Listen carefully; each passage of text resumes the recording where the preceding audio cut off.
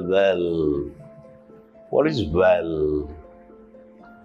The word well is used just to begin some speech, some conversation. In linguistics, such words are called fillers. You fill something with this empty place, like this, that. These are called fillers. We have so many fillers in our life to have a decent life. Today I would like to speak on the wounds, the bad experience, the wounds in our life, also the wisdom of our life. When we have wounds, we might apply band-aid, but it may not heal the wound. To heal a wound is not the medicine, is not the band-aid, is the wisdom. And I would like to speak on such wisdom today to heal all our past wounds of our life. Wounds happen obviously. We cannot escape from that. But we have wisdom to heal those wounds. Take this story. A young lady who had come to Egypt from Europe as a visitor was walking on the streets of Cairo, the capital of Egypt. Somehow people were jeering at her, throwing stones at her since she's a foreigner, and she was terrified. Suddenly she identified with every person throughout the history who had ever been scorned, hated. She suddenly understood what it was like to be despised for any reason. She was a wounded person because of their negative attitude, violent attitude, but she turned that whole experience into wisdom. She stood in the shoes of millions of oppressed people, the migrants, and saw with a new perspective her own experiences. Her small individual experiences became a lesson when it is applied, universalized to all the people all over the world. She experienced the shared humanity with those who hated her. This sense of deep connection, of belonging to the same family, is spirituality. She had a spiritual experience. They hated her, they threw stones. She identified herself with all the people all over the world with similar experience of being hated. This is to have a big mind. It is to soften our attitude to the unexpected, unsavory events of our life. This is what we say spirituality. Spirituality is a yes to the immediacy of life.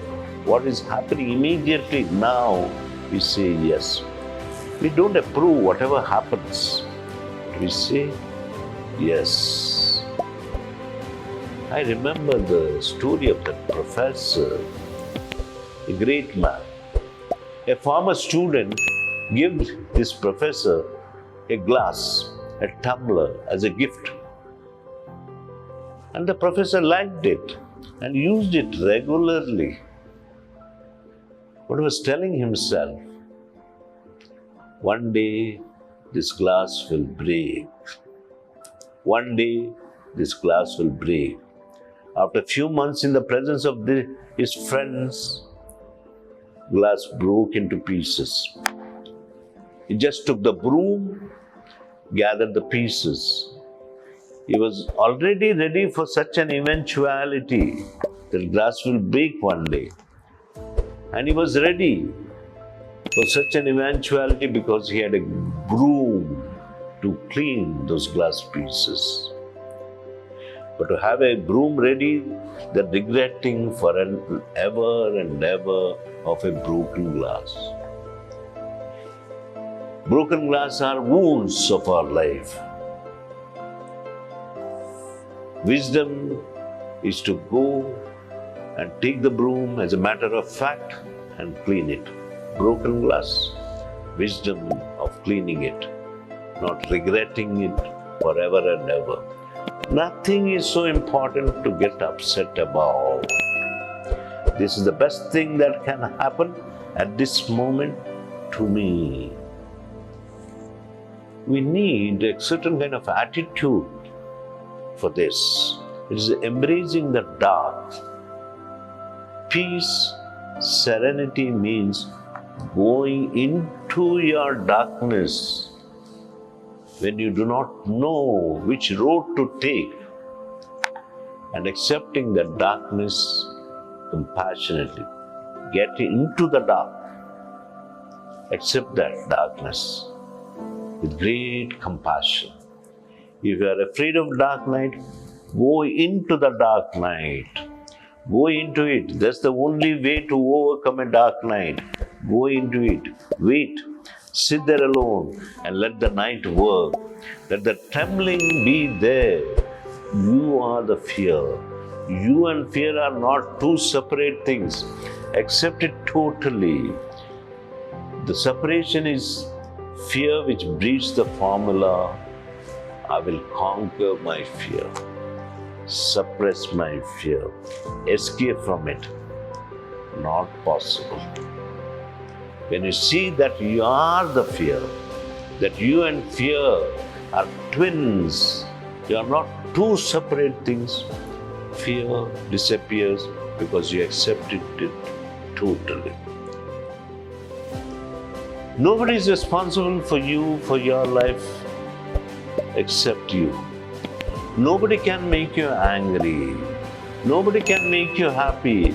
Accept this radical responsibility of your anger, of your fear, of your happiness, that you are responsible. That's what they say. Man is born a thorn to himself and to others. Also a flower for himself and to others. It depends on you whether to become a thorn or a flower. Don't be unnecessarily burdened with past. Past is over, it's gone. Gone, closing the chapters that you already read. There's no need to go back again and again to those chapters which you already read. What do you want to open again those chapters?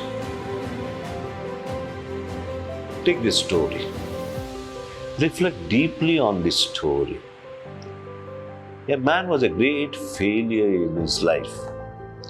He lost his job, wife divorced him, he had to move out of his house, he was penniless, he did not know where to turn to lead a decent life. After desperation, he went to an ashram and related his life story to the sage, who was a very holy person. The sage listened to him compassionately and told him, take 3 candles and a matchbox, 3 candles and a matchbox, and climb that hill there outside. Near the top of the hill, there is a small cave. You spend 3 nights there and come back. Same evening, this person goes to the cave. It was already dusk and it was almost dark. He lighted the candle, one, the second one. In that darkness of the cave, he was alone, was terribly afraid. He was sweating. He lit the last candle, and all of a sudden, he heard the hissing sound, puss, puss, hissing sound from the corner of the cave. And what did he see there? A cobra with all its majesty, its hood fully open. The last candle is about to be extinguished. No more candles. There's a cobra there. He was desperate. What to do in this situation? Just before the last candle extinguished, he got up,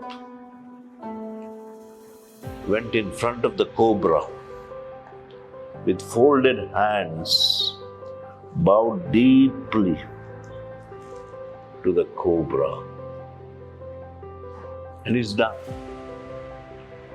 What did he do next? He spent 5 minutes in front of the cobra, respecting the cobra, came back, laid down on the mat, and slept like a baby. When he woke up in the morning, the cobra had gone away from the cave.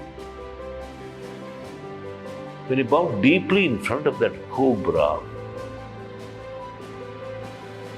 tears, sweat, along with his fear of cobra, he identified himself with all the fears that pervade this world, that are prevalent in the world, fears of millions of people every day. He universalized his fears, his emotional wounds inflicted upon him by a situation, his past life.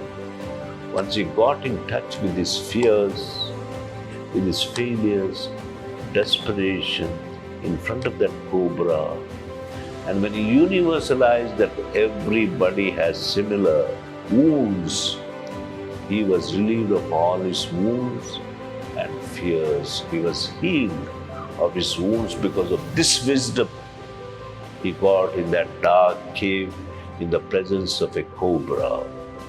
Confronting his greatest fear, desperate situation, and accepting it fully, bowing down to such situations with folded hands, brought freedom to him, brought healing to him. With such radical acceptance of our wounds and failures, we transform ourselves with that kind of wisdom. All of us need to bow down with respect to every situation of our life. Folded hands, every event of our life. Nothing matters very much. Very few things matter at all. That is wisdom. To heal all our wounds of our life, inflicted because of such situations, because of persons. We ourselves can become doctors and heal our wounds with wisdom, which that person in that cave that evening experienced. Happy Saturday. Have a blissful weekend. Meet you next Saturday.